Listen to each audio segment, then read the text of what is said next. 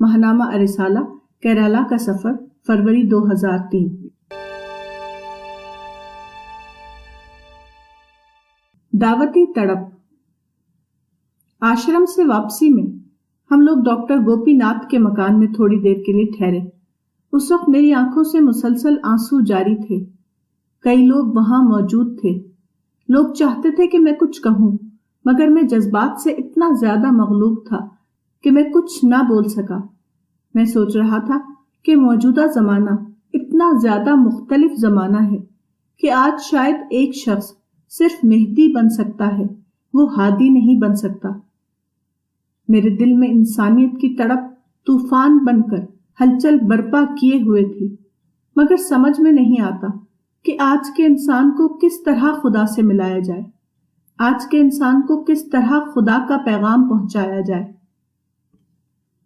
موجودہ زمانے میں غیر مسلم تو کیا، مسلمان بھی سچائی سے آخری حد تک دور ہیں۔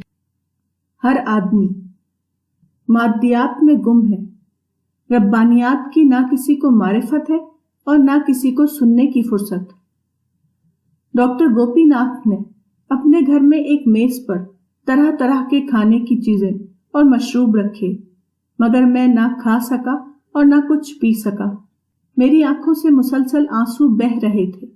میں سوچ رہا تھا کہ کاش میرے پاس طاقت ہوتی اور میں انسانوں کے اجتماع میں داخل ہو کر امریکی سائنسدان کی طرح مائک چھین لیتا اور چلا کر کہتا، "Stop everything, I want to inform you the law of the universe." وہ لوگ بھی کیسے عجیب ہوں گے جو ہادی بننے کے دعوے دار ہوں حالانکہ وہ مہدی بھی نہ ہوں، جو معلم بنے ہوئے ہوں حالانکہ وہ متعلم بھی نہ ہوں، جو اپنے آپ کو پانے والے کے روپ میں ظاہر کرتے ہوں حالانکہ وہ ڈھونڈنے والے بھی نہ ہوں، جو خدا کو جاننے کے دعوے دار ہوں حالانکہ انہوں نے اپنے آپ کو بھی نہ جانا ہو۔ ماہنامہ الرسالہ، کیرالہ کا سفر، فروری 2003۔ دعوت کیا ہے؟ حیدرآباد کے سفر، دسمبر 2002 میں کچھ مسلم نوجوانوں سے بات کرتے ہوئے میں نے کہا کہ دعوت کا کام آدمی کو فطرت کے راستے پر لے آنا ہے۔ اس کا مقصد کنڈیشننگ کو ختم کر کے انسان کو اپنی فطرت پر قائم کرنا ہے۔ مسلم و غیر مسلم دونوں کا مسئلہ یہی ہے۔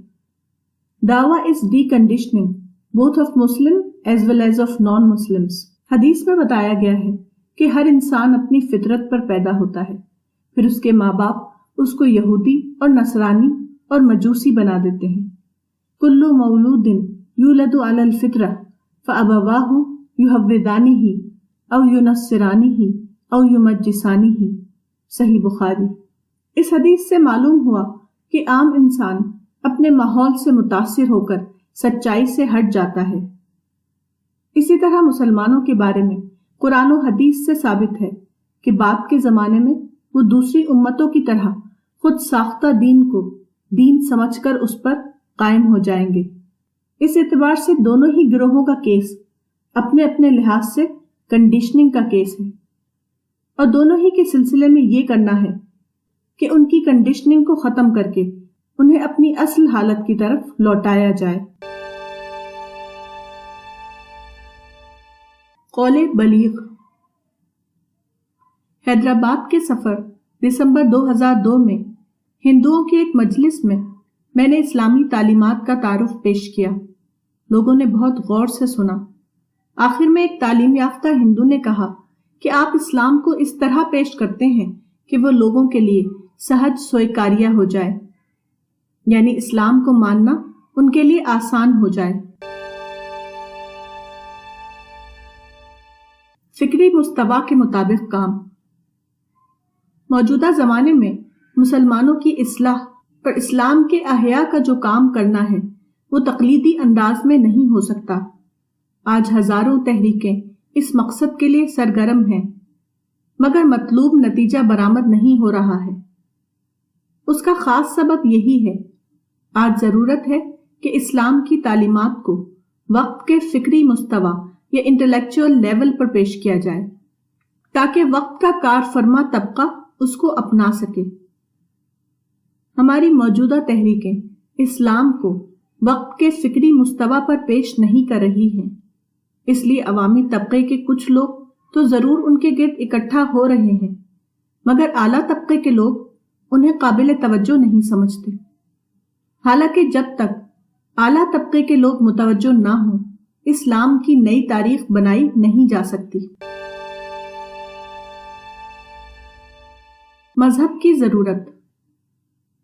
حیدرآباد کے سفر دسمبر 2002 میں ایک تعلیم یافتہ ہندو نے گفتگو کے دوران کہا کہ آپ لوگ خدا اور روحانیت کی بات کرتے ہیں، لیکن آج کا ایک انسان جس کے پاس پیسہ ہے اور جس کو مادی سہولتیں حاصل ہیں، وہ کہتا ہے کہ ہم کو خدا اور روحانیت کی کیا ضرورت؟ ہم جو کچھ چاہتے ہیں وہ سب کچھ ہم کو اس کے بغیر ملا ہوا ہے، پھر کیوں خدا اور روحانیت جیسی چیزوں میں اپنے دماغ کو الجھائیں؟ میں نے کہا کہ آپ کو جو چیز ملی ہوئی ہے وہ کیا ہے؟ وہ صرف وہ چیزیں ہیں جو آپ کے جسم کو آرام دے سکیں، مگر یہ تو زندگی کی حیوانی سطح ہے۔ کوئی بھی حیوان اس قسم کی زندگی حاصل کر سکتا ہے۔ انسان کی اصل عظمت یہ ہے کہ وہ دماغ رکھتا ہے، جسم تو صرف اس دماغ کی سواری ہے۔ انسان کی اصل ترقی اس میں ہے کہ اس کا دماغ ترقی کرے۔ اگر جسم فربا ہو جائے اور دماغی سطح پر کوئی ترقی نہ ہو تو ایسی ترقی کی کوئی قیمت نہیں۔ خدا اور روحانیت کا راستہ اسی دماغی ترقی کو حاصل کرنے کا ذریعہ ہے۔ میں نے کہا کہ آپ جیسے لوگ یہ کرتے ہیں کہ وہ مخصوص تعلیم اور ٹریننگ کے ذریعے دماغ کے ایک حصے کو ترقی یافتہ بنا لیتے ہیں۔ یہ دماغ کا پروفیشنل حصہ ہے۔ ایسے لوگ پروفیشنل اعتبار سے ذہین معلوم ہوتے ہیں، مگر دماغ کے دوسرے فکری پہلوؤں کے اعتبار سے وہ بالکل غیر ترقی یافتہ حالت میں پڑے رہتے ہیں۔ دعوتی تیاری۔ اس سفر میں ایک صاحب نے اپنی روداد بتائی۔ اس سے موجودہ زمانے کے تعلیم یافتہ مسلمانوں کے مزاج کا اندازہ ہوتا ہے۔ انہوں نے بتایا کہ ٹرین کے ایک سفر میں ان کی ملاقات ہندو لیڈر ڈاکٹر پروین توگڑیا سے ہوئی۔ اس طرح انہیں ڈاکٹر توگڑیا سے تقریباً 3 گھنٹے بات چیت کرنے کا موقع ملا۔ اسلام کی امتیازی حیثیت کو بتاتے ہوئے انہوں نے ڈاکٹر توگڑیا سے کہا، Islam was the culmination of the evolution of religion. میں نے کہا یہ بات صحیح نہیں، اسلام ارتقائی مذہب نہیں ہے، بلکہ وہ مذہب کا محفوظ ایڈیشن ہے۔ قرآن میں کئی مقامات پر پیغمبر اسلام کو مخاطب کرتے ہوئے کہا گیا ہے کہ تم پچھلے نبیوں کی پیروی کرو، مثلاً فَبِهُدَاهُ مُقْتَدِهْ۔ اگر اسلام مذہب کی ارتقائی صورت ہو تو پچھلے پیغمبروں کی پیروی کا حکم ایک ناقابل فہم حکم بن جائے گا۔ اسی طرح اسلام کی خصوصیت بتاتے ہوئے انہوں نے ڈاکٹر توگڑیا سے کہا کہ محمد صلی اللہ علیہ وسلم کا ظہور اس وقت ہوا جبکہ زمانے میں مکمل تبدیلی آ گئی تھی اور انسانی ذہن اتنا ترقی کر چکا تھا کہ خالص تعقل کی سطح پر وہ خدا کی معرفت حاصل کر سکے۔ Human intelligence had developed sufficiently enough to recognize God through reason۔ میں نے کہا کہ یہ ایک مغالطہ آمیز بات ہے، اس لیے کہ 7ویں صدی عیسوی میں انسانی علم ابھی روایتی دور میں تھا۔ انسانی علم کا روایتی دور سے نکل کر سائنسی دور میں پہنچنا مسلمہ طور پر بہت بات کو ہوا۔ اب اس معیار کے مطابق کہنے والا کہہ سکتا ہے کہ اسلام دور قدیم کا مذہب ہے، وہ دور جدید کا مذہب نہیں۔ انہوں نے بتایا کہ گفتگو کے دوران ڈاکٹر توگڑیا نے کہا کہ اسلام تشدد کا مذہب ہے اور مسلم تاریخ خون سے لکھی گئی ہے۔ یہ سن کر مذکورہ مسلمان نے اس کا جواب دیتے ہوئے کہا کہ کیا آپ اس معاملے میں دوسرے مذاہب کی تاریخ کو جانتے ہیں؟ ان کی تاریخ بھی اگر زیادہ نہیں تو اس سے کم خونی نہیں۔ ان کے الفاظ یہ تھے، I countered by asking if he was aware of the history of other religions. They too were not less bloody, if not more۔ یہ جواب کا وہ طریقہ ہے جس کو الزامی جواب کہا جاتا ہے۔ وہ اس آدمی کے لیے مفید نہیں جو دین حق کی نمائندگی کر رہا ہو۔ اسلام ہر حال میں با اصول کردار کا حکم دیتا ہے۔ دوسروں کا غلط رویہ اسلام کے لیے کبھی مثال نہیں بن سکتا۔ ڈاکٹر توگڑیا کے مذکورہ بیان کا صحیح جواب یہ تھا کہ اسلام اصولی حیثیت سے ایک پرامن مذہب ہے، البتہ مسلمان، خاص طور پر مسلم حکمران، تشدد کے مرتکب ہوئے ہیں۔ مگر آپ کو چاہیے کہ اسلام اور مسلمان میں فرق کریں۔ اسلام کو سمجھنے کے لیے اسلام کی تعلیمات کو دیکھیں، نہ کہ مسلمانوں کے عمل کو۔ انہوں نے اپنی گفتگو کی تفصیلی رپورٹ دینے کے بعد آخر میں کہا کہ جب میں نے مسلمانوں میں ریفارم کی ضرورت کو تسلیم کیا تو اس موقع پر ڈاکٹر توگڑیا نے آپ کا نام لیا اور آپ کی کوششوں کے بارے میں اپنی پسندیدگی کا اظہار کیا۔ اس موقع پر مذکورہ مسلمان کے الفاظ یہ تھے: doctor Togadia asked me about you. He said he had not met Maulana Wahiduddin, but his colleagues had. He was aware of your views and appreciated them. اپنے تجربے کے مطابق میں ایسے بہت سے مسلمانوں کو جانتا ہوں۔ اسلام کے بارے میں ان کا علم محدود ہے۔ وہ اسلام کے بارے میں جب بولتے ہیں تو وہ اسلام کی یا تو غلط نمائندگی کرتے ہیں یا ناقص نمائندگی۔ ایسے مسلمانوں سے میں کہتا ہوں کہ وہ دو میں سے ایک کا انتخاب کریں، یا تو وہ اپنے دوسرے کاموں کو چھوڑ کر ساری زندگی مطالعہ اور تحقیق میں لگائیں تاکہ وہ اسلام کی صحیح نمائندگی کے قابل ہو سکیں، اور اگر ان کے پاس اتنا وقت نہیں ہے تو دوسری صورت ان کے لیے یہ ہے کہ اگر کسی عالم نے اپنی پوری زندگی صرف کر کے اسلام پر ایسا لٹریچر تیار کیا ہے جس کا اعتراف دوسرے بھی کرتے ہوں تو وہ اس لٹریچر کو استعمال کریں۔ وہ خود لکھنے اور بولنے کے بجائے اس کی کتابیں دوسروں کو پڑھنے کے لیے دیں، مگر بدقسمتی سے ان لوگوں نے تیسری صورت کا انتخاب کر رکھا ہے، اور اس طرح کے معاملے میں تیسرا انتخاب ہمیشہ غلط ہوتا ہے۔ اکرام مسلم، اکرام انسانیت۔ حیدرآباد کے اس سفر میں ایک صاحب نے ملاقات کی اور کہا کہ آپ غیر مسلموں میں دعوت کی بات کرتے ہیں، غیر مسلموں میں دعوت کا کام کس طرح کیا جائے۔ میں نے کہا کہ دعوت کا عمل گہری خیر خواہی کے جذبے کے تحت انجام پاتا ہے، اور جہاں گہری خیر خواہی ہو وہاں یہ پوچھنے کی ضرورت نہیں ہوتی کہ ہم یہ کام کیسے کریں۔ میں نے کہا، کیا کوئی ماں کسی سے پوچھنے جائے گی کہ میں اپنے بیٹے کی خدمت کس طرح کروں؟ کیا کوئی باپ کسی سے پوچھنے جائے گا کہ میں اپنی اولاد کے ساتھ پدری حقوق کس طرح ادا کروں؟ ماں اور باپ خود اپنی قلبی محبت کے تحت یہ جان لیتے ہیں کہ انہیں اپنے بیٹے اور بیٹی کے ساتھ کیا کرنا ہے۔ اسی طرح جو لوگ انسان کی محبت میں تڑپیں، جن کے دل میں یہ درد ہو کہ ان کے آس پاس کے لوگ جہنم میں نہ جائیں، انہیں کسی سے یہ پوچھنے کی ضرورت نہیں کہ وہ لوگوں کی اصلاح و دعوت کا کام کس طرح کریں۔ ان کا داخلی جذبہ ہی انہیں یہ بتانے کے لیے کافی ہوگا کہ انہیں اپنی دعوتی ذمہ داری کو کس طرح ادا کرنا چاہیے۔ مگر بدقسمتی کی بات یہ ہے کہ موجودہ زمانے کے مسلمان اکرام مسلم کو جانتے ہیں، اکرام انسان کی اہمیت سے شعوری طور پر وہ باخبر ہی نہیں۔ جدید دنیا میں دعوتی امکانات۔ حیدرآباد کے اس سفر میں ایک تعلیم یافتہ مسلمان سے گفتگو ہوئی۔ میں نے انہیں انگریزی میں چھپا ہوا ایک انویٹیشن دکھایا۔ اس میں مجھے تقریر کرنے کے لیے بلایا گیا تھا۔ یہ دعوت نامہ دی انلائٹنمنٹ فاؤنڈیشن کی طرف سے تھا۔ اس میٹنگ کا موضوع یہ تھا کہ میں کون ہوں، ہو ایم آئی۔ میں نے کہا، اس طرح کے ادارے بڑی تعداد میں تقریباً ہر شہر میں قائم ہیں۔ اس میں شرکت کرنے والوں کو پوری آزادی ہوتی ہے کہ وہ اپنے نقطۂ نظر سے زیر بحث موضوع پر بولیں اور اپنے علم کے مطابق سوال کا جواب دیں۔ اس طرح گویا ہر شہر میں ایک قسم کا دعوتی میدان کھلا ہوا ہے۔ تعلیم یافتہ مسلمان وہاں جا کر آزادانہ طور پر اپنی بات پیش کر سکتے ہیں، بشرطے کہ ان کا انداز خالص علمی ہو، مناظرے کا انداز، سیاسی پروپیگنڈے کا انداز یا قومی وکالت کا انداز نہ ہو۔ اس امکان کو اگر استعمال کیا جائے تو ہر شہر میں خاموش انداز میں دعوت کا کام شروع ہو جائے گا۔ مگر موجودہ مسلمانوں میں چونکہ دعوتی جذبہ نہیں، اس لیے انہوں نے نہ اس جدید امکان کو جانا اور نہ اس کو استعمال کیا۔ دعوت سے غفلت۔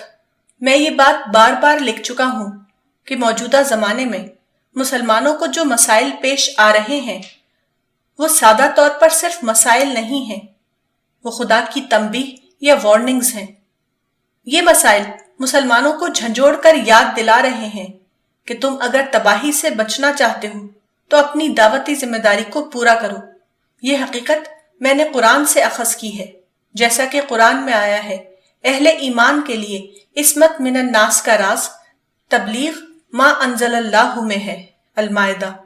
موجودہ زمانے کے مسلمان نہایت جوش و خروش کے ساتھ تحفظ ختم نبوت کی تحریک چلاتے ہیں، مگر اس قسم کی تحریکیں مضحکہ خیز حد تک بے معنی ہیں۔ ختم نبوت کے تحفظ کی ذمہ داری تو خود اللہ نے لے رکھی ہے، پھر مسلمان اس میں کیا رول ادا کر سکتے ہیں؟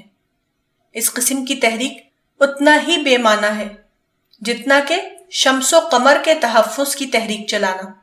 حقیقت یہ ہے کہ مسلمانوں کی ذمہ داری ختم نبوت کا تحفظ نہیں ہے، بلکہ ختم نبوت کی دعوتی ذمہ داریوں کو ادا کرنا ہے۔ ختم نبوت کے بعد وہ مقام نبوت پر ہیں۔ مسلمانوں کی ذمہ داری ہے کہ وہ دعوت اللہ کا وہ کام کریں جو پہلے پیغمبر کے ذریعے انجام پاتا تھا۔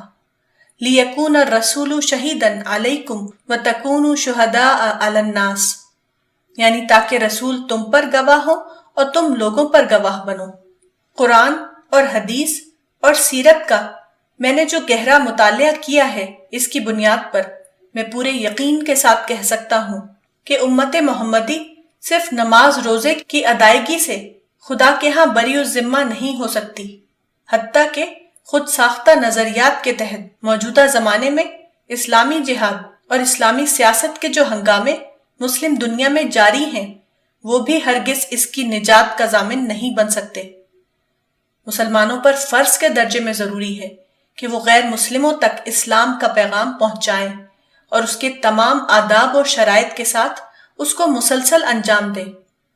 دعوتی فرض کی انجام دہی کے بغیر مسلمانوں کا امت محمدی ہونا ہی مشتبہ ہے، اور جب اصل حیثیت ہی مشتبہ ہو تو انعامات کس بنیاد پر دیے جائیں گے؟ خواص میں دعوت۔ انگریزی میگزین انڈیا ٹوڈے 2 دسمبر 2002 دیکھا۔ اس کے صفحے 66-67 پر برطانوی جرنلسٹ سر مارک ٹلی کی تازہ کتاب پر تبصرہ شائع ہوا تھا۔ 302 صفحے کی یہ کتاب پینگوئن بکس نے چھاپی ہے۔ کتاب کا نام یہ ہے انڈیا ان سلو موشن 2002۔ اس کتاب میں انٹروڈکشن کے علاوہ 11 ابواب ہیں۔ اس کا پہلا باب رام کی نئی دریافت، دا ری انوینشن آف رام کے بارے میں ہے، اور آخری باب کا عنوان ہے گمشدہ جنت، پیراڈائز لاسٹ۔ کتاب کا ایک باب صوفیوں اور ان کے عقائد کے بارے میں ہے، the Sufis and a plain faith, اس باب کا عنوان ہے۔ اس کتاب کی ترتیب کے دوران سر مارک ٹلی نے راقم الحروف کا 2 بار انٹرویو لیا تھا۔ کتاب کے مذکورہ باب میں انہوں نے تفصیل کے ساتھ میرے خیالات کا ذکر کیا ہے، جو کتاب کے صفحہ 156 سے لے کر 161 تک موجود ہے۔ سر مارک ٹلی نے اپنی کتاب میں لکھا ہے کہ ان کو یہ خیال ہوا کہ وہ اپنی کتاب میں اسلامی تصوف یا صوفی فیت پر ایک باب شامل کریں۔ اس سلسلے میں انہوں نے سب سے پہلے یہ کوشش کی کہ تبلیغی جماعت کے مرکز میں جا کر موضوع کے بارے میں معلومات حاصل کریں، مگر وہ لوگ اس سلسلے میں انتہائی حد تک غیر معاون یا ان ہیلپفل ثابت ہوئے، حتیٰ کہ انہوں نے یہ بتانے سے بھی انکار کر دیا کہ دوسرا کون مسلمان اس معاملے میں ان کے لیے مددگار ہو سکتا ہے۔ سر مارک ٹلی نے لکھا ہے، اس کے بعد انہوں نے مجھ سے کہا کہ آپ کوشش کیجئے تاکہ تبلیغ کا کوئی آدمی مل جائے جس سے میں تبلیغ کے بارے میں معلومات لے سکوں۔ ان کے کہنے پر میں نے کوشش کی، لیکن مجھے کامیابی نہ ہو سکی۔ میں نے ان کو ٹیلی فون کیا اور اس سلسلے میں معذوری ظاہر کی۔ اس کی رپورٹ سر مارک ٹلی نے ان الفاظ میں لکھی ہے: مولانا agreed but a few days later rang me back to confess failure. Those people are not living in this century, he said. They don't know what the media is. اس کے بعد وہ میرے پاس آئے اور مجھ سے صوفی ازم پر تفصیلی انٹرویو لیا۔ اس سلسلے میں انہوں نے جو لکھا ہے اس کے چند جملے یہ ہیں: Maulana Wahid uddin Khan proved far more approachable. When we rang him, he willingly agreed to see us both, and there was no question of Gilly, my wife, not being welcome. موجودہ زمانے کے مسلمین نے تقریباً مشترک طور پر یہ غلطی کی ہے کہ انہوں نے عوام کو اپنی کوششوں کا نشانہ بنایا. اس کا نتیجہ یہ ہوا کہ موجودہ زمانے میں اسلام کی نمائندگی صرف عوام کی سطح پر ہو سکی. جہاں تک خواص کا تعلق ہے وہ اسلام سے تقریباً بے بہرا ہو کر رہ گئے. میں اپنے ذاتی تجربے کی بنا پر کہہ سکتا ہوں کہ موجودہ زمانے کے خواص یا تعلیم یافتہ طبقے میں اسلام کا پیغام انتہائی حد تک قابل قبول بن چکا ہے، بشرطے کہ اس طبقے کے سامنے اسلام کو اس کی قابل فہم زبان میں پیش کیا جائے. بدقسمتی سے موجودہ زمانے کے مسلمین لسان قوم میں بولنے کی صلاحیت نہیں رکھتے. اس معاملے میں ان کی بے خبری کا حال یہ ہے کہ انہوں نے اکبر الہ آبادی جیسے ایک شاعر کو لسان العصر کا خطاب دے دیا، حالانکہ اکبر الہ آبادی نہ تو عصر کو جانتے تھے اور نہ ان کی زبان لسان العصر کا مصداق تھی. خواص انتظار میں اس سلسلے کا ایک سبق آموز ذاتی تجربہ یہ ہے کہ میں نے انگریزی اخبار کے لیے ایک مضمون تیار کیا. یہ مضمون واضح طور پر موجودہ زمانے کے ہندو گروؤں اور سوامیوں کے خلاف تھا. اس مضمون کا عنوان یہ تھا: The role of spirituality in de-stressing the human mind. آج کل ہندو سوامی اور ہندو گرو ملک میں اور ساری دنیا میں بہت بڑے بڑے آشرم چلا رہے ہیں. یہاں میڈیٹیشن کی مخصوص تکنیک کے ذریعے لوگوں کے ذہنی تناؤ کو دور کیا جاتا ہے. میرا مضمون اس کے سراسر خلاف تھا. انگریزی اخبار کے دفتر میں جب میرا مضمون پہنچا تو وہاں کے ذمہ داروں کے درمیان اس پر بحث ہوئی. ایک ہندو صحافی نے کہا کہ یہ مضمون تو ہماری بنیاد کو ڈھا رہا ہے. دوسرے ہندو صحافیوں نے جواب دیا کہ ہمیں اس سے بحث نہیں. یہ مضمون سائنسی اور منطقی دلائل سے بھرپور ہے، اس لیے ہم اس کو اپنے اخبار میں چھاپیں گے.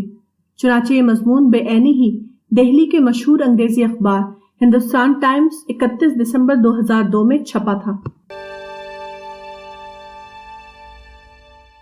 سچائی اور کنفیوژن. احمد آباد کے سفر جنوری 2003 میں ایک صاحب سے بات کرتے ہوئے میں نے کہا کہ میں نے اپنی زندگی میں کئی ایسے افراد دیکھے جو بے حد شریف تھے. وہ اعلیٰ انسانی اوصاف کے حامل تھے، اس کے باوجود وہ سچائی کو نہ پا سکے. اس کا سبب میرے تجربے کے مطابق ذہنی انتشار یا کنفیوژن ہے. سوال یہ ہے کہ کنفیوژن کسی کو کیوں ہوتا ہے؟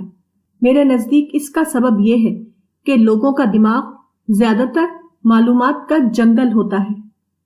وہ ایسا نہیں کر پاتے کہ تحلیل و تجزیہ یا انالیسس کر کے مختلف معلومات سے ایک نتیجہ نکال سکیں. وہ متعلق اور غیر متعلق کا فرق سمجھیں. وہ بنیادی اور غیر بنیادی میں تمیز کر سکیں اور پھر مختلف معلومات کو ہضم کر کے صحیح نتیجہ نکالیں. اسی ناکامی کی بنا پر ایسا ہوتا ہے کہ لوگوں کا معلوماتی ذخیرہ ان کو صرف کنفیوژن تک پہنچاتا ہے، وہ انہیں فکری پختگی عطا نہیں کرتا. اسی قسم کے ایک صاحب کا معاملہ یہ ہے کہ وہ کافی ذہین اور تعلیم یافتہ ہونے کے باوجود سخت ذہنی انتشار میں مبتلا رہتے ہیں، یہاں تک کہ وہ مسکن یا ٹرینکولائزر استعمال کر کے سوتے ہیں. ایک دعوتی گفتگو. احمد آباد کے سفر جنوری 2003 میں محمد حسن جوہر صاحب کے گھر پر کچھ تعلیم یافتہ ہندوؤں سے ملاقات ہوئی، مسٹر چونی اور مسٹر ویدیا وغیرہ. ان کا ایک سوال یہ تھا کہ خدا کا تصور اسلام میں کیا ہے. میں نے کہا کہ اسلام میں ادویت واد کا تصور نہیں ہے، بلکہ اسلام میں دویت واد کا تصور ہے، یعنی خالق اور مخلوق دونوں ایک نہیں ہیں بلکہ دونوں ایک دوسرے سے مکمل طور پر الگ ہیں. اس سلسلے میں نے توحید کے عقیدے کی کچھ تفصیل بیان کی. ان کا ایک سوال یہ تھا کہ آپ لوگ قرآن کو آخری کتاب مانتے ہیں جو کہ 1400 سال پہلے اتاری گئی. انسان کے حالات تو بار بار بدلتے رہتے ہیں، پھر بدلے ہوئے حالات میں دوسری کتاب کیوں ضروری نہیں؟ انہوں نے کہا کہ اس عقیدے سے تو ذہنی ارتقاء رک جاتا ہے، جبکہ ہندوازم میں ایسا عقیدہ نہ ہونے کی وجہ سے ذہنی ارتقاء جاری رہتا ہے. میں نے کہا کہ یہ صحیح ہے کہ ہم قرآن کو آخری کتاب مانتے ہیں، مگر اسی کے ساتھ اسلام کی ایک اہم تعلیم وہ ہے جس کو اجتہاد کہا جاتا ہے. اجتہاد کا مطلب یہ ہے کہ بدلے ہوئے حالات میں اسلام کی ابدی تعلیمات کا از سر نو انطباق یا ری ایپلیکیشن دریافت کیا جائے۔ اس طرح اجتہاد کا اصول اسلام کی ابدیت کو مسلسل باقی رکھتا ہے۔ ماہنامہ الرسالہ، احمد آباد کا سفر، مئی 2003۔ دعوت کا ماحول۔ میرٹھ، یو پی کے سفر، اگست 2003 میں 6 ستمبر کی رات کو محمد ساجد صاحب کے مکان پر کئی ہندو اور مسلمان اکٹھا ہوئے۔ ان سے دیر تک باتیں ہوتی رہیں۔ 6 ستمبر کی شام کے کھانے میں مسلمانوں کے ساتھ کئی ہندو بھی شریک تھے۔ ایک صاحب نے کہا کہ یہ علامتی طور پر گویا مستقبل کے ہندوستان کی ایک تصویر ہے، یعنی وہ ہندوستان جبکہ مسلمان اور ہندو دونوں بھائی بھائی کی طرح مل کر رہیں گے، وہ ایک ساتھ بیٹھیں گے اور ایک ساتھ کھانا کھائیں گے۔ جب ایسا ہوگا تو یہ صرف سماجی معنوں میں میل ملاپ کا واقعہ نہ ہوگا، بلکہ وہ ایک ایسا انٹریکشن ہوگا جو فطری انداز میں دین حق کے تعارف کا ذریعہ بن جائے گا۔ اسلامی تاریخ کے مطالعے سے میں نے پایا ہے کہ اسلام کا سب سے زیادہ تعارف جس ذریعے سے ہوا وہ نارمل ماحول میں انٹریکشن یا باہمی اختلاط سے ہوا۔ مسلمانوں اور غیر مسلموں کا اختلاط جب بھی ہوا وہ اسلام کے تعارف کا باعث بنا۔ ہمارے مشن کا خاص مقصد یہ ہے کہ مسلمانوں اور غیر مسلموں کے درمیان کھلے ماحول میں پرامن ڈائیلاگ ہونے لگے۔ مستقبل کو دیکھنا۔ میرٹھ کے سفر میں ایک مجلس میں سوالات کے وقفے کے دوران ایک صاحب نے کچھ انتہا پسند ہندو لیڈروں کا نام لے کر کہا کہ ہندوؤں کے دل میں اسلام اور مسلمانوں کے خلاف نفرت ہے، پھر اس مسئلے کا حل کیا ہے؟ اس موقع پر ہمارے ساتھی مسٹر رجت ملہوترا بھی شریک تھے۔ انہوں نے کہا کہ مجھ کو دیکھیے، میں اس سوال کا ایک عملی جواب ہوں۔ میں ایک ہندو فیملی میں پیدا ہوا۔ 2 سال پہلے میں ویسا ہی ہندو تھا جیسا کہ آپ نے فرمایا، مگر آج میں پوری طرح بدل چکا ہوں۔ آج میرے دل میں اسلام سے اتنا ہی پیار ہے جتنا کسی مسلمان کو ہو سکتا ہے۔ میرے اندر یہ تبدیلی الرسالہ مشن کی وجہ سے آئی۔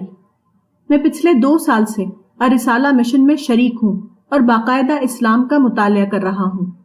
خدا کے فضل سے وہ تمام نفرتیں اور بدگمانیاں میرے دل سے ختم ہو چکی ہیں جو اس سے پہلے میرے اندر موجود تھیں۔ آپ یہ نہ دیکھیے کہ آدمی آج کیسا ہے، بلکہ یہ دیکھیے کہ وہ کل کیسا ہو سکتا ہے۔ معاندانہ انداز، نارمل انداز۔ 7 ستمبر کی صبح کو میری قیام گاہ پر کچھ مسلمان بیٹھے ہوئے تھے۔ اس موقع پر ان بعض ہندوؤں کا ذکر ہوا جنہوں نے کل شام کے جلسے میں کچھ ٹیڑے قسم کے سوالات کیے تھے۔ ایک صاحب نے کہا کہ جلسے کے بعد میری ملاقات اسی قسم کے ایک ہندو سے ہوئی۔ یہ ہندو کل شام کے جلسے میں بظاہر بہت معاندانہ انداز میں بول رہا تھا، مگر جلسے کے بعد وہ آپ کے سامنے آیا اور آپ کو پرنام کیا۔ پھر میں اس سے ملا تو اس نے مجھ سے نارمل انداز میں بات کی۔ یہ قصہ بتاتے ہوئے انہوں نے کہا کہ کچھ لوگوں کا یہ مزاج ہوتا ہے کہ وہ جب کسی میٹنگ میں آتے ہیں تو صرف بولنے کے لیے بولتے ہیں، ورنہ ان کے دل کے اندر کچھ بھی نہیں رہتا۔ اس معاملے کا ایک پہلو یہ بھی ہے کہ اس قسم کے افراد کے دل میں شکایت کا لاوا بھرا ہوا ہے۔ ان کو ایک ایسا موقع مل جاتا ہے جہاں وہ اپنے لاوے کو باہر لا سکتے ہیں۔ اس طرح یہ ہوتا ہے کہ ان کے دل کی بھڑاس نکل جاتی ہے۔ ماہنامہ الرسالہ، میرٹھ کا سفر، اپریل 2004۔ بالواسطہ دعوت۔ ڈاکٹر کرشن کمار گپتا سے ملاقات ہوئی۔ وہ آج کل اردو سیکھ رہے ہیں۔ انہوں نے ملاقات میں کئی باتیں بتائیں۔ میری ایک کتاب کے بارے میں انہوں نے کہا کہ اس میں نے ایک حدیث پڑھی ہے جس سے مجھے جھوٹ کی ایک نئی قسم معلوم ہوئی ہے۔ وہ یہ ہے کہ آدمی کوئی بات سنے اور تحقیق کے بغیر اس کو پھیلانے لگے۔ اس حدیث کے عربی الفاظ یہ ہیں: کفا بالمرء کذبا ان یحدث بکل ما سمع، صحیح مسلم۔ پیغمبر کا مشن۔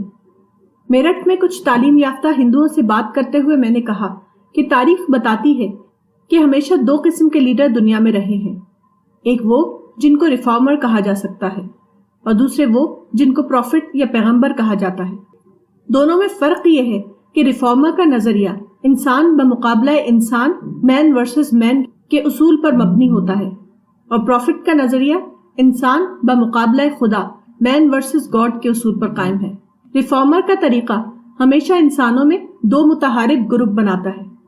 ریفارمر یہ کرتا ہے کہ وہ انسانیت کے ایک گروہ کو معصوم کے طور پر لیتا ہے اور دوسرے گروہ کو خطاوار کے طور پر، اور پھر وہ مفروضہ معصوم گروہ کو مفروضہ خطاوار گروہ سے ٹکرا دیتا ہے۔ مثلا فرانس کے سیاسی ریفارمر روسو نے انسانیت کو سیاسی مظلوم اور سیاسی ظالم کے نام سے دو گروہوں میں بانٹا۔ چنانچہ روسو کی کتاب معاہدہ عمرانی یا سوشل کانٹریکٹ اس جملے سے شروع ہوتی ہے: انسان آزاد پیدا ہوا تھا مگر میں اس کو زنجیروں میں جکڑا ہوا پاتا ہوں۔ Man was born free but I find him in chains. اس قسم کا نظریہ ہمیشہ انسانیت کو بانٹتا ہے۔ وہ انسانوں کے درمیان گروہی نزاع پیدا کرتا ہے۔ وہ انسانوں کے درمیان نفرت اور تناؤ جیسے منفی جذبات پیدا کرتا ہے۔ پیغمبر کے طریقے کی مثال دیتے ہوئے میں نے کہا کہ پیغمبر اسلام صلی اللہ علیہ وسلم نے فرمایا، الخلق عیال اللہ، سارے انسان خدا کی فیملی ہیں۔ اس نظریے میں ایک طرف خدا ہوتا ہے اور دوسری طرف تمام انسان۔ اس طرح یہ نظریہ تمام انسانوں کو ایک اصول پر متحد کر دیتا ہے۔ آپس میں ایک دوسرے کے لیے مثبت جذبات فروغ پاتے ہیں، نہ کہ منفی جذبات۔ انسانیت پناہ، امت پناہ۔ ایک صاحب سے گفتگو کرتے ہوئے میں نے کہا کہ امت پناہ کا تصور اسلام کی آفاقی روح کے خلاف ہے۔ اسلام کی اصل روح انسانیت پناہ ہے، نہ کہ امت پناہ۔ اس معاملے میں موجودہ مسلمانوں کا مزاج دعوت کے راستے میں سب سے بڑی رکاوٹ ہے۔ جب تک یہ مزاج نہ بدلے، حقیقی معنوں میں دعوت کا کام نہیں ہو سکتا۔ ماہنامہ الرسالہ، میرٹھ کا سفر، اپریل 2004۔ داعیانہ سوچ۔ واردھا کے سفر نومبر 2003 میں ایک صاحب مجھ سے ملاقات کے لیے آئے۔ انہوں نے دوسری باتوں کے علاوہ یہ بھی کہا کہ آپ کے بارے میں لوگ کہتے ہیں کہ آپ مسلم دشمن طاقتوں کے آلائے کار ہیں۔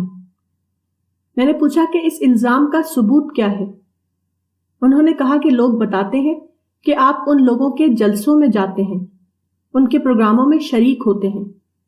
حالانکہ مسلم دشمن طاقتوں سے ہم کو دور رہنا چاہیے۔ میں نے کہا کہ یہ الزام صرف غلط فہمی پر قائم ہے۔ چونکہ موجودہ مسلمانوں میں دعوتی ذہن نہیں، وہ صرف قومی ذہن کے تحت سوچنا جانتے ہیں، اس لیے وہ ہمارے مشن کو سمجھ نہیں پاتے۔ اصل یہ ہے کہ ہمارا مشن دعوت اللہ کا مشن ہے۔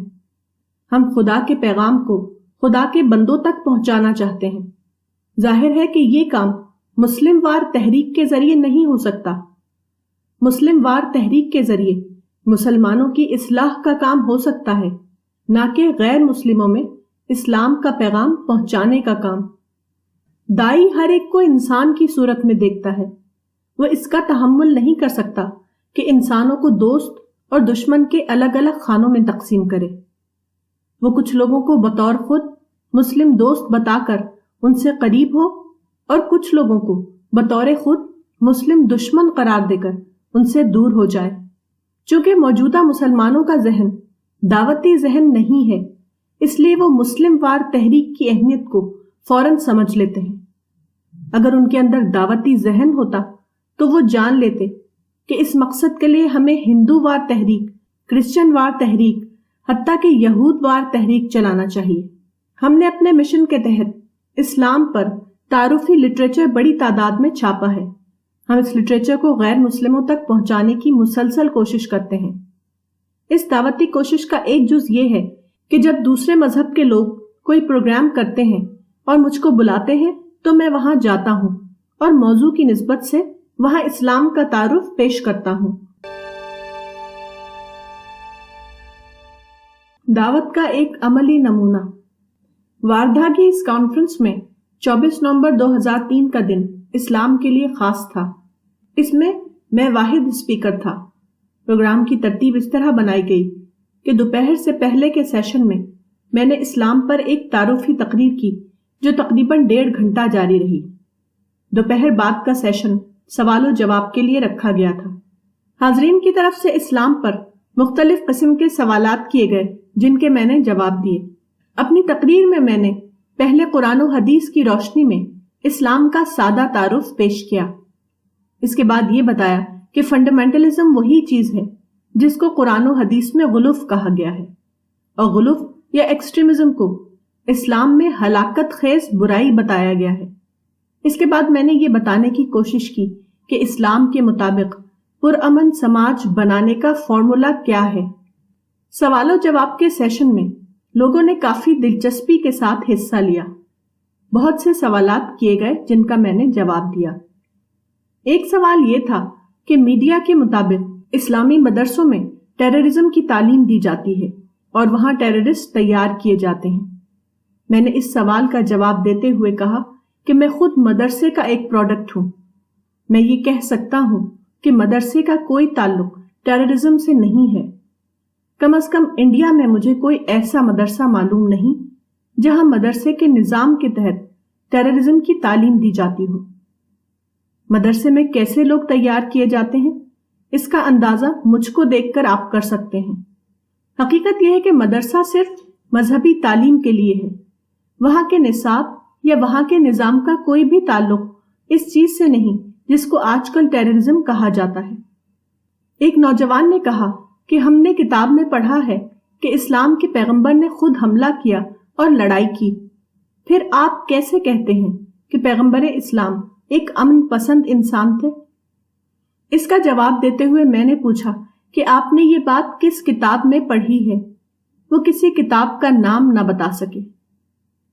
میں نے جواب دیتے ہوئے کہا کہ یہ بات واقع کے خلاف ہے۔ پیغمبر اسلام نے کبھی ایسا نہیں کیا کہ وہ خود کسی کے اوپر حملہ کریں۔ ان کی پالیسی ہمیشہ یہ ہوتی تھی کہ اگر فریق ثانی کی طرف سے جارحیت ہو تو اپنے بچاؤ کے لیے جنگ کی جا سکتی ہے۔ آپ نے دفاعی جنگ بھی اس وقت کی جبکہ اس کے سوا کوئی اور صورت باقی نہیں رہی تھی، مگر جہاں تک خود اپنی طرف سے حملہ کرنے کی بات ہے تو پیغمبر نے نہ ایسا کبھی کیا اور نہ انہوں نے اس کی تعلیم دی۔ میں نے اپنی تقریر میں آغاز اسلام کی مختصر تاریخ بتائی، پیغمبر اسلام کے مکی دور اور مدنی دور کا تذکرہ کیا، قرآن اور حدیث سے متعارف کرنے کی کوشش کی، اسلام کی تعلیمات کا خلاصہ پیش کیا۔ آخر میں نے کہا کہ اسلام کو درست طور پر سمجھنے کے لیے ضروری ہے کہ آپ اسلام اور مسلمانوں میں فرق کریں۔ آپ اسلام کو قرآن اور حدیث کی روشنی میں سمجھنے کی کوشش کریں۔ آپ ایسا ہرگز نہ کریں کہ مسلمان جو کچھ کرتے ہیں اس کو دیکھ کر سمجھ لیں کہ اسی کا نام اسلام ہے۔ دوپہر بعد کا پروگرام سوال و جواب کے لیے تھا۔ اس میں شرکاء نے اپنے اپنے سوالات اسلام کے بارے میں پیش کیے۔ میں نے دیکھا کہ لوگ ایک سوال اور ایک جواب کے اصول پر سختی سے کاربند ہیں۔ کسی نے بھی میرے جواب کے بعد دوبارہ سوال کرنے کی کوشش نہیں کی۔ ایک سوال یہ تھا کہ مسلمان اپنے عقیدے کے مطابق ہندوؤں کو کافر سمجھتے ہیں۔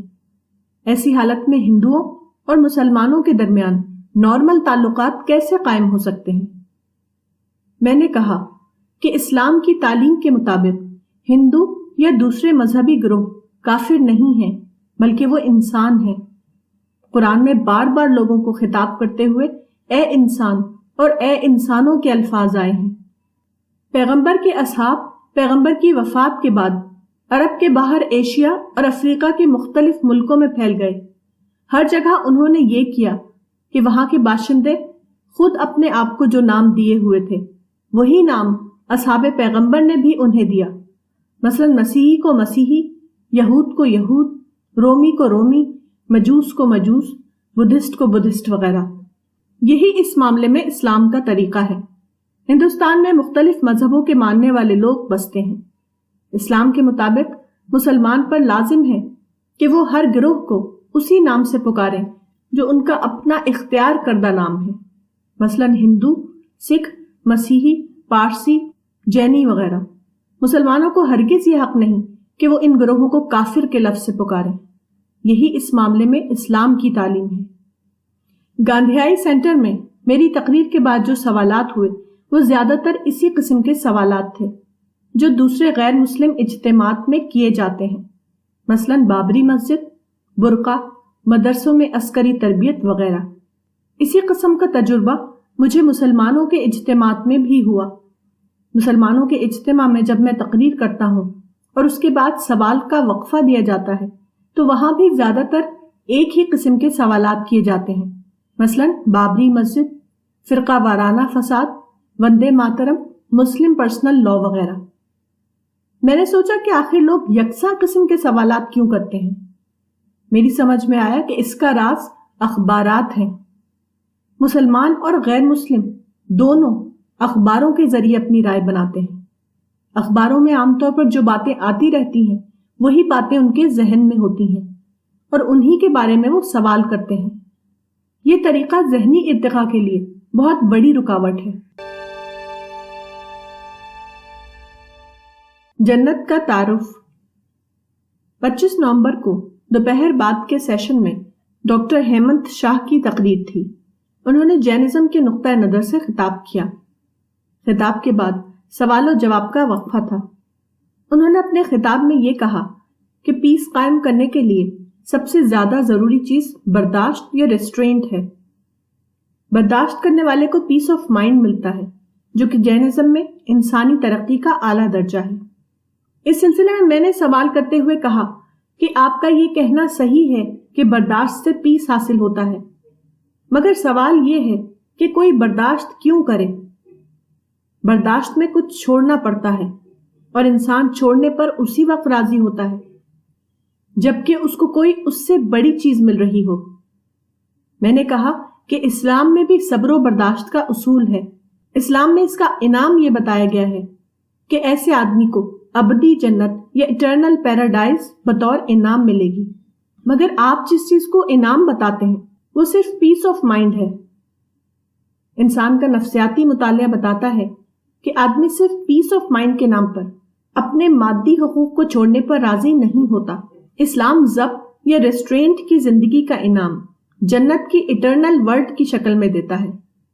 حقیقت یہ ہے کہ اسلام میں ضبط و تحمل کی تعلیم بھی ہے اور اسی کے ساتھ ضبط و تحمل کا محرک بھی، جبکہ دوسرے مذہبی یا غیر مذہبی نظاموں میں یہ ہے کہ وہ ضبط و تحمل کی تلقین تو کرتے ہیں مگر وہ اس کے لیے کوئی محرک یا انسینٹو پیش نہیں کر پاتے، اور محرک کے بغیر صرف تلقین کی عملی طور پر کوئی اہمیت نہیں۔ نفرت کی نفسیات۔ موجودہ زمانے میں ساری دنیا میں مسلمانوں کا حال یہ ہے کہ وہ شکایت اور احتجاج کی نفسیات میں جیتے ہیں۔ اس کا نقصان یہ ہے کہ موجودہ مسلمان دوسری قوموں کو اپنا دشمن سمجھنے لگے ہیں۔ اس منفی نفسیات کا سب سے بڑا نقصان یہ ہوا ہے کہ مسلمانوں کے اندر دعوت کا مزاج ختم ہو گیا ہے۔ دعوت ایک ایسا عمل ہے جو محبت اور خیر خواہی کی نفسیات کے تحت ظاہر ہوتا ہے۔ نفرت کی نفسیات کے تحت کبھی دعوت کا عمل ظہور میں نہیں آتا۔ عملی دعوت۔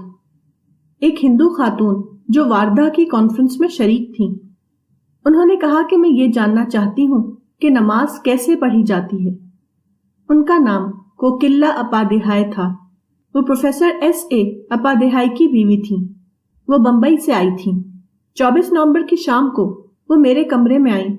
میں نے وضو کیا اور ان کے سامنے 2 رکعت نماز بلند آواز سے پڑھی۔ وہ بہت غور سے اس کو دیکھتی رہیں اور اس سے کافی متاثر ہوئیں۔ انہوں نے اسلام پر کتابیں پڑھنے کی خواہش ظاہر کی۔ ان کو ہمارے ہاں کی چھپی ہوئی چند انگریزی کتابیں دی گئیں۔ اسی طرح اور بھی کئی لوگوں کو کتابیں دی گئیں، مثلا ڈاکٹر نیتن ویاس جو بڑودہ یونیورسٹی میں ڈپارٹمنٹ آف فلسفی کے ہیڈ ہیں۔ ماہنامہ ارسالہ، واردھا کا سفر، جولائی 2004۔ سیاحت، دعوتی سفر۔ ایک حدیث رسول ان الفاظ میں آئی ہے: ان ابی امامۃ ان رجلا قال یا رسول اللہ اذن لی فی السیاحۃ، قال النبی صلی اللہ علیہ وسلم ان سیاحۃ امتی الجہاد فی سبیل اللہ تعالی، سنن ابی داؤد۔ یعنی ابو امامہ سے روایت ہے کہ ایک آدمی نے کہا، اے خدا کے رسول، مجھے سیاحت کی اجازت دیجیے۔ نبی صلی اللہ علیہ وسلم نے کہا، بے شک میری امت کی سیاحت اللہ کے راستے میں جہاد ہے۔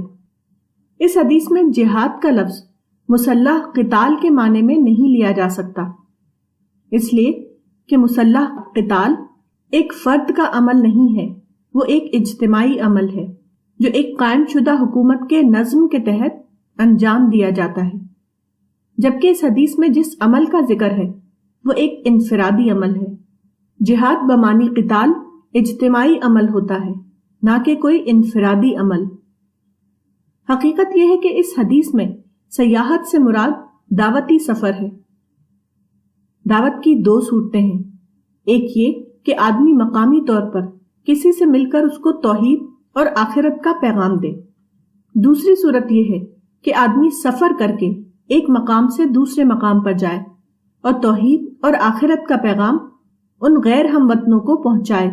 دعوتی سفر کسی سفر کے دوران اتفاقی ملاقات کے ذریعے بھی ہو سکتا ہے۔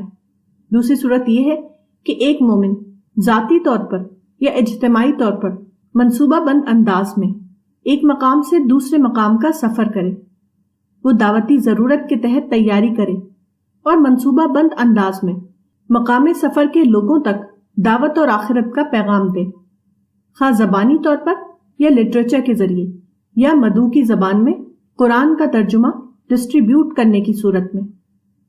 سفر کے ذریعے دعوت کا دوسرا نام دعویٰ آن دا موو ہے۔ مومن ایک بااصول انسان۔ عمر آباد سے مولانا سید اقبال احمد عمری کا پیغام موصول ہوا ہے، جس میں وہ لکھتے ہیں کہ جامعہ دارالسلام عمر آباد کے سابق ناظم مولانا خلیل الرحمن اعظمی عمری کی پیدائش 2 جنوری 1935 کو عمر آباد میں ہوئی اور 25 جون 2017 کو ان کا انتقال ہوا۔ مولانا خلیل الرحمن اعظمی عمری بہت سی خوبیوں کے مالک تھے۔ نظم و ضبط کے معاملے میں بلا مبالغہ آپ نے طلبہ کی کئی نسلوں کو متاثر کیا ہے۔ آخری ملاقات میں ایک ساتھی نے ان سے کہا کہ شیخ، آپ کی نظامت بہت سخت تھی۔ مولانا کا جواب تھا کہ سخت نہیں بلکہ پابند تھی۔ حدیث نصرت بالرعب کا مطلب مولانا مرحوم یہ بتایا کرتے تھے کہ اس سے مراد بااصول زندگی ہے۔ اصول پسند انسان سے اکثر لوگ ہیبت میں رہتے ہیں۔ امت اگر اصولی طور پر معاملہ کرے تو یقیناً وہ ترقی کے میدان میں آگے بڑھ سکتی ہے۔ اصول پسندی بلا شبہ کسی انسان کی سب سے بڑی خوبی ہے۔ اصول پسندی ایک جامع اخلاقی صفت ہے۔ جس کے اندر اصول پسندی ہے، اس کے اندر تمام اخلاقی اوصاف موجود ہیں۔ ایسا آدمی ایک لفظ میں قابل پیشنگوئی کردار یا پریڈکٹیبل کیریکٹر کا حامل ہوتا ہے۔